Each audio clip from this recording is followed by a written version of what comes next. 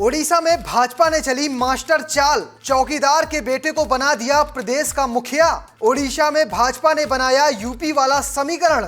ओडिशा एक ऐसा राज्य था जहां पर बीजेडी की ऐसी सल्तनत थी कि कोई सोच नहीं सकता था कि उनकी सल्तनत बदलेगी, यानी सत्ता से वो दूर हो जाएंगे। लेकिन साल 2024 में जो विधानसभा चुनाव हुए, यहां पर बीजेडी को किसी और ने नहीं बल्कि उनकी पुरानी सहयोगी पार्टी भाजपा ने करारी मात दी है। भाजपा ने ओडिशा में कह सकते हैं अभूतपूर्व जीत दर्ज की है। 147 सदस्यीय ओडिशा विधानसभा में 78 सीट जीतकर बहुमत हासिल किया इस बार बीजेपी ने। अब बीजेपी विधायक दल की बैठक हुई। बीजेपी की विधायक दल में बैठक में मोहन चरण मांझी को अपना नेता चुन लिया है और इसका सीधा मतलब है कि मोहन मांझी वे ओडिशा के अगले मुख्यमंत्री होंगे।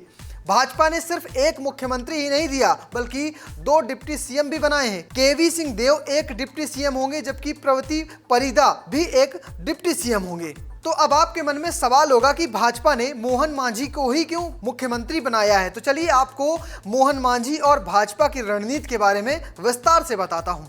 मोहन मांझी को मुख्यमंत्री बनाने का कारण जानने से पहले मोहन मांझी के बारे में जान लीजिए। मोहन चरण मांझी 4 बार के विधायक हैं। वो आदिवासी समुदाय से आते हैं और चौकीदार के बेटे बताए जाते हैं मोहन चरण मांझी। करीब 3 दशक पहले गांव के सरपंच के रूप में उन्होंने अपना सियासी करियर शुरू किया था। 52 साल के मोहन चरण मांझी आदिवासी बहुल्य रायकला गाँव से आते हैं। ये गाँव खनिज से भरपूर क्योंझोर जिले का हिस्सा है। मोहन मांझी ने साल 1997 से 2002 के बीच गांव के सरपंच रहे थे। उसके बाद वो बीजेपी के आदिवासी मोर्चा के सेक्रेटरी बन गए। साल 2000 में हुए विधानसभा चुनाव में वो पहली बार क्योंझोर से विधायक चुनकर पहुंचे थे। इसके बाद वो साल 2004 और 2019 में भी यहां से विधायक बने हैं। अब 2024 में एक बार फिर से वो विधायक चुने गए हैं। ये तो हो गया मोहन मांझी का परिचय। चलिए अब आपको बताता हूं मोहन मांझी को आखिर क्यों बनाया गया ओडिशा का सीएम। मोहन मांझी को सीएम बनाने के पीछे ओडिशा की आदिवासी आबादी एक बड़ा फैक्टर मानी जाती है। ओडिशा की 15 विधानसभा सीटों पर आदिवासी आबादी लगभग 55% है।